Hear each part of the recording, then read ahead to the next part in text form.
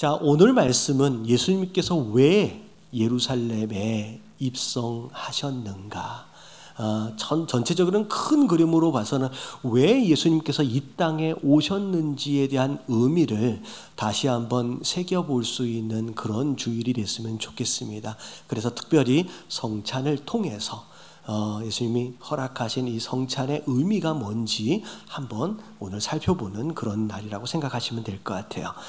자, 마태복음 26장 26절서부터 28절까지의 성찬 예식에 대한 말씀이에요. 굉장히 다른 복음서에 비해서는 간략하게 설명이 되어져 있습니다. 자, 26절을 보니까 그들이 먹을 때에 사실은 예수님께서 잡히시기 전, 십자가에 못 박혀 돌아가시기 바로 전날 밤에 제자들과 함께 만찬을 나누셨는데 이게 마지막 만찬이었어요. 그때가 이제 6월절 마지막 만찬입니다. 자, 그 만찬을 나누실 때 특별히 떡을 떼시는 가운데 어떤 의미들을 지금 부여하고 계시는 것이요. 그래서 예수님께서 제자들에게 떡을 나누어 주실 때 제자들에게 뭐라고 말씀하세요? 받아서 먹으래요. 그냥 일반적인 떡이 아니래요. 자, 이것은 뭐라고 말씀하세요? 내 몸이다 라고 본인의 몸을 의미하는 떡을 떼어 주십니다. 자, 그리고 나서 잔을 가지시고 기도하신 다음에 제자들에게 자, 이것을 마셔라 라고 말씀하시는 가운데 뭐라고 말씀하시냐? 이것은 죄 사함을 얻게 하려고 많은 사람을 위하여 흘리는 바, 자, 무엇이다? 나의 피다. 예수님의 본인의 피를 상징하는 잔을 함께 나누어 주심으로 인하여 이것 자체가 성찬식의 기원이 되어집니다. 자, 간단하게 좀 설명을 드리면, 자, 성찬식은, 자, 밑에 한번 읽어볼게요. 시작.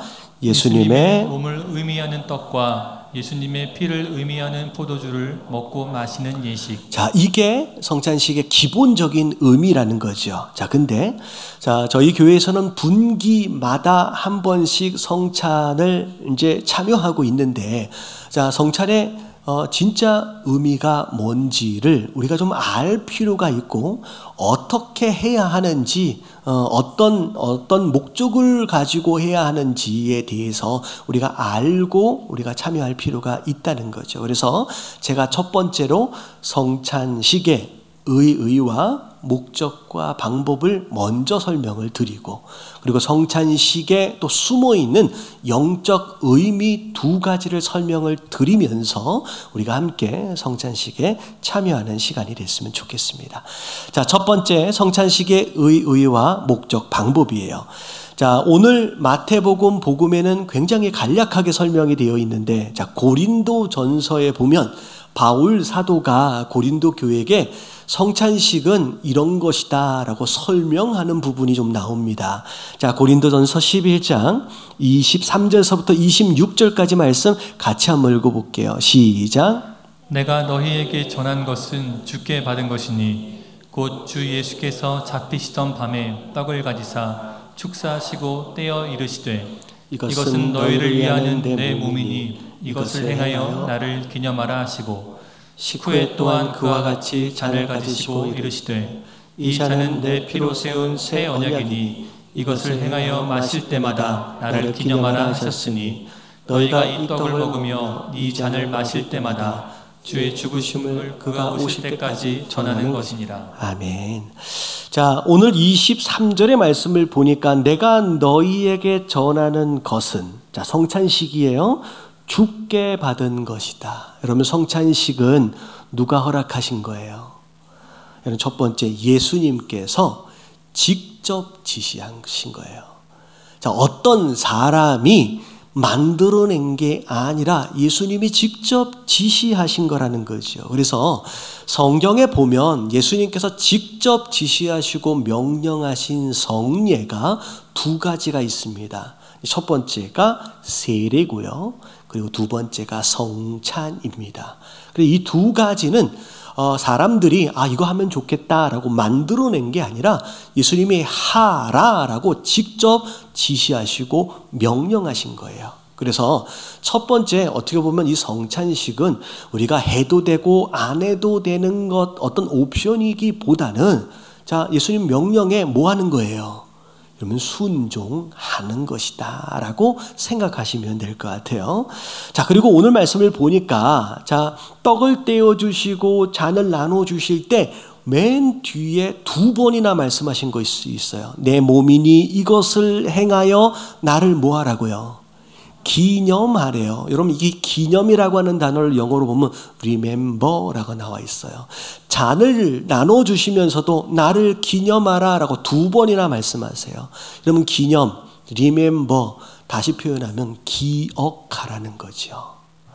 자, 사실 우리가 구원받았을 때 예수님을 인격적으로 만났을 때 너무 기쁘고 감사했거든요. 근데 참 우리는 정 원치 않는 가운데 모두들 하나씩 가지고 있는 재능이 있어요. 어떤 재능이냐면 망각이라고 하는 재능. 자꾸 잊어버려요. 주셨을 때 어떻게 보면 응답도 마찬가지입니다. 기도해서 하나님 이거 주세요. 이것만 있으면, 이것만 해결되면 정말로 그래서 받았는데 주셨을 때는 너무 감사하잖아요. 정말로 두말할 것도 없이 감사하다가 시간이 지나면 어때요? 시간이 지나면 이게 당연한 것처럼 되어지고 잊어버린다라는 거죠. 근데 구원도 마찬가지예요. 여러분, 구원받은 게 얼마나 감사한 일인데, 근데 종종 우리가 살다 보면 이런저런 일들로 잊어버린다는 거죠.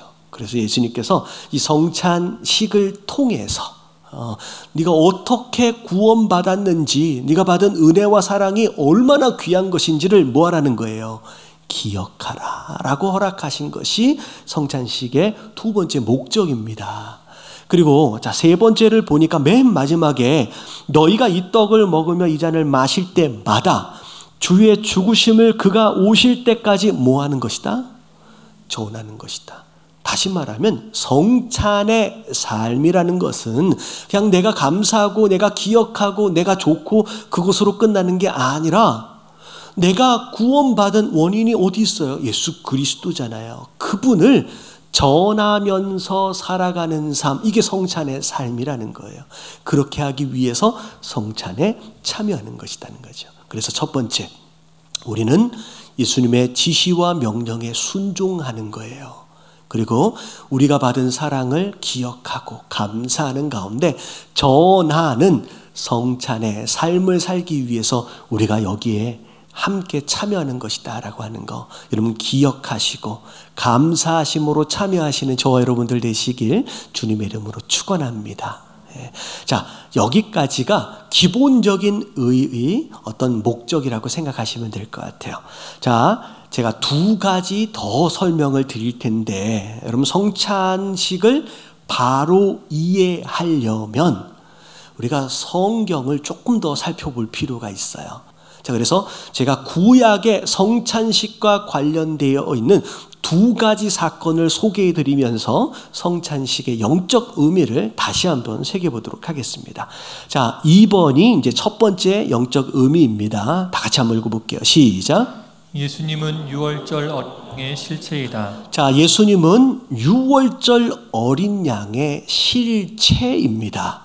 자, 이게 무슨 뜻이냐? 자, 구약에 나와 있는 유월절 어린 양과 굉장히 밀접한 관련이 있다는 거예요.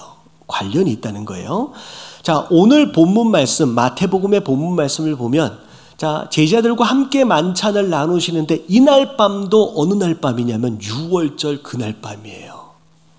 유월절 전날 밤에 이 만찬을 나누시는 것, 이거서부터 이제 연관성이 우리가 있어지게 된다는 거죠.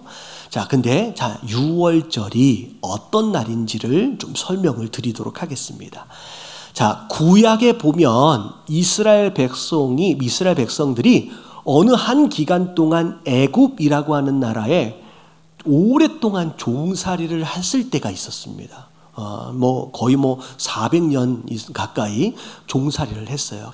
자, 그때 하나님께서 이스라엘 백성들을 구원하시기 위해서 누구를 선택하시냐면 모세라고 하는 사람을 선택하셔서 자, 이스라엘 백성들을 자, 약속하신 가나안 땅으로 인도하기 위해서 출애굽을 시도하시는데 자, 문제는 몇백 년 동안 노예로 부려먹다 보니 파라오예요. 파라오가 이스라엘 백성들을 잘 놔줘요, 안 놔줘요?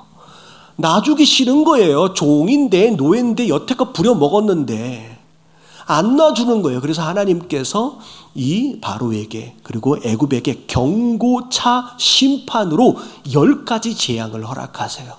그래서 10가지 재앙으로 힘들게 만들어서 결국은 이스라엘 백성들을 놔주게끔 하시려고. 근데 10번째 재앙이 되도록 끝까지 버티는 거예요. 마지막에는 굉장히 무서운 재앙이 내리게 됩니다. 10번째 재앙이 뭐였냐면 애굽 안에 처음 난 생명체, 사람을 포함해서 심지어 가축들까지 처음 난 것은 무조건 다 죽게끔 재앙을 내리시겠다고 경고하셨어요. 근데 자, 하나님께서 살 수 있는 방법 하나를 허락하셨어요. 그날 밤 죽음의 사자가 지나갈 텐데 너희가 그 죽음의 사자를 피할 수 있는 유일한 방법은 그날 저녁에 어린 양을 잡아라. 그러고 나서 그 피를 문의 인방과 설주에 발라라. 그러면 너희가 살 것이다. 자, 그 말씀이 출애굽기 12장 13절에 나옵니다. 같이 한번 읽어볼게요. 시작. 내가 애굽 땅을 칠 때에 그 피가 너희 사는 집에 있어서 너희를 위하여 표적이 될지라. 내가 피를 볼 때에 너희를 넘어가리니 재앙이 너희에게 내려 멸하지 아니하리라. 네. 여러분, 민족이 어느 민족이냐라고 하는 건 상관이 없어요. 애굽 민족이라고 할지라도 이 명령을 따라서 구원의 표식이 될 수 있게끔 문의 인방과 설주에 양의 피를 바르면, 그리고 그날 밤에 잡은 양을 집 안에서 함께 무교병과 함께 나누어 먹는 것에 대한 명령을 순종했던 자들은 전부 다 어떻게 됐어요? 애굽 민족이라고 할지라도 다 살았어요.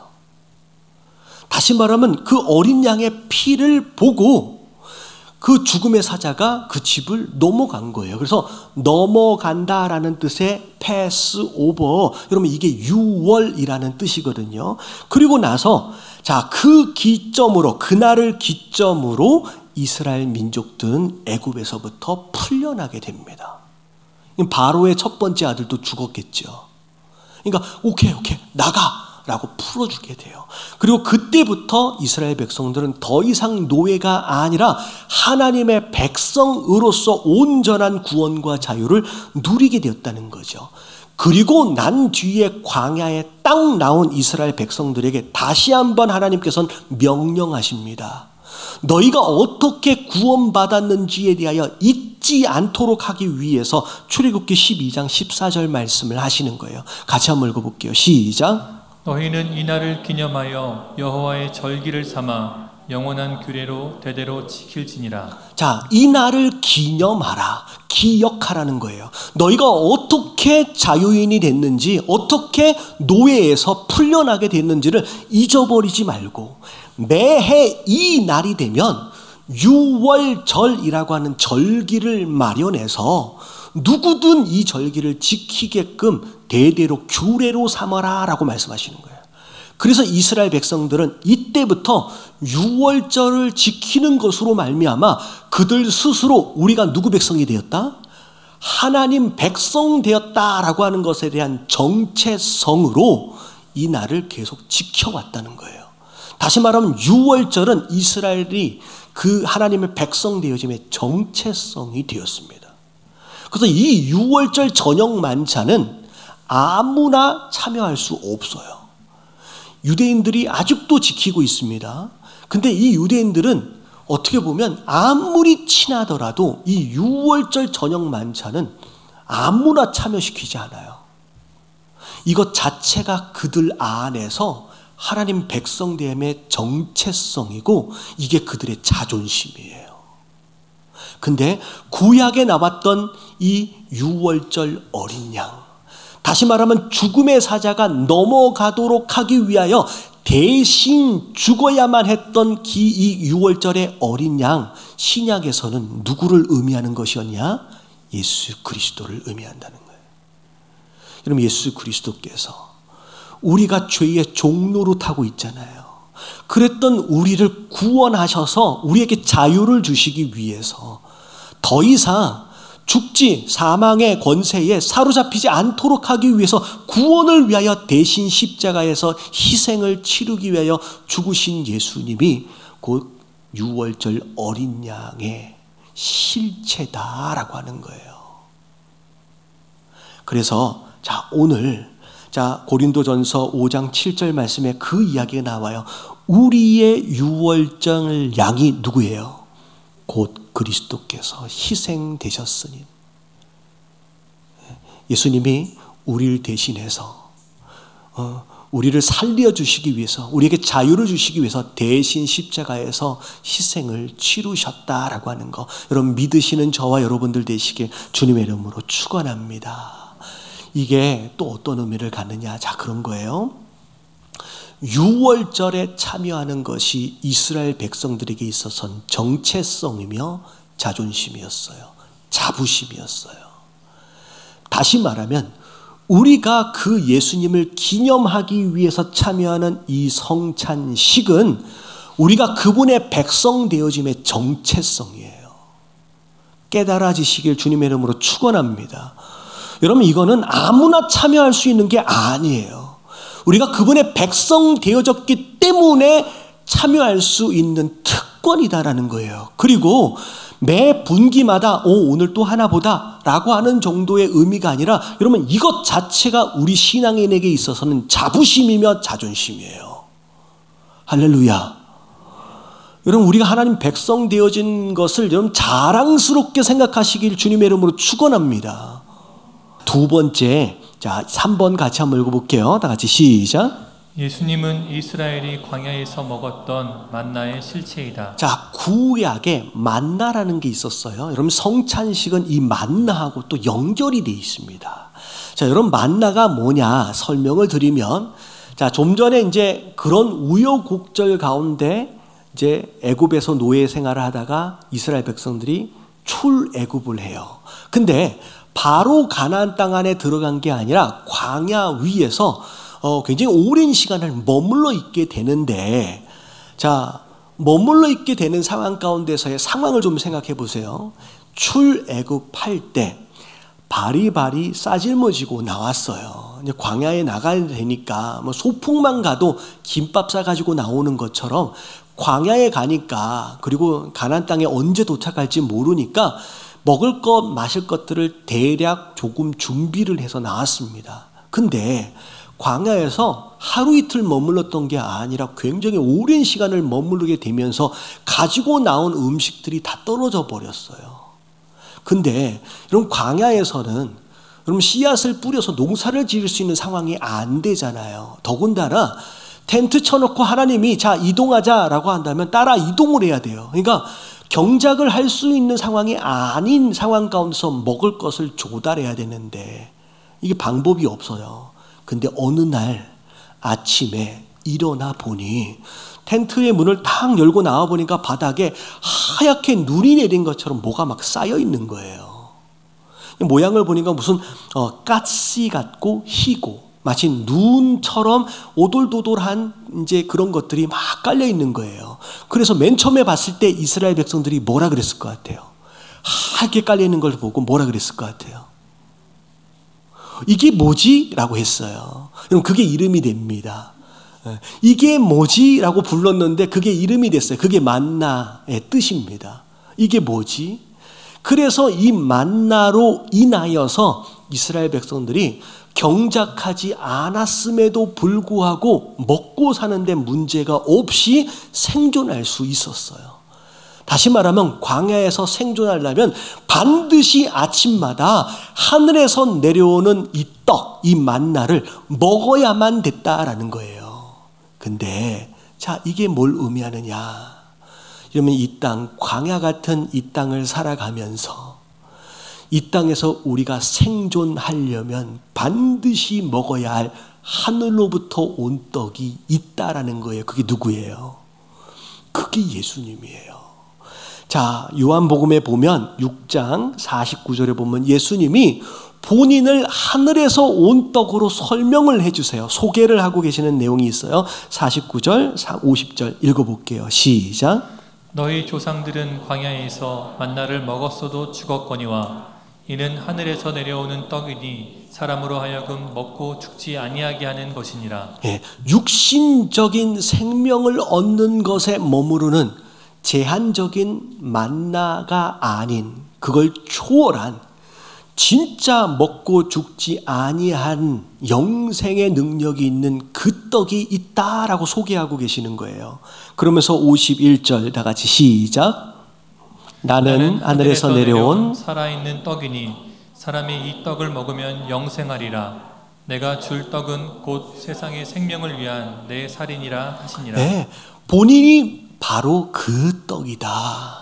그래서 사람이 이 떡을 먹어야지만 영생할 수 있다라고 말씀하시면서 자, 세상의 생명을 위한 내 살이다 라고 말씀하시면서 성찬식을 암시하는 표현을 성찬식이 있기 한참 전에 미리 말씀하셨어요.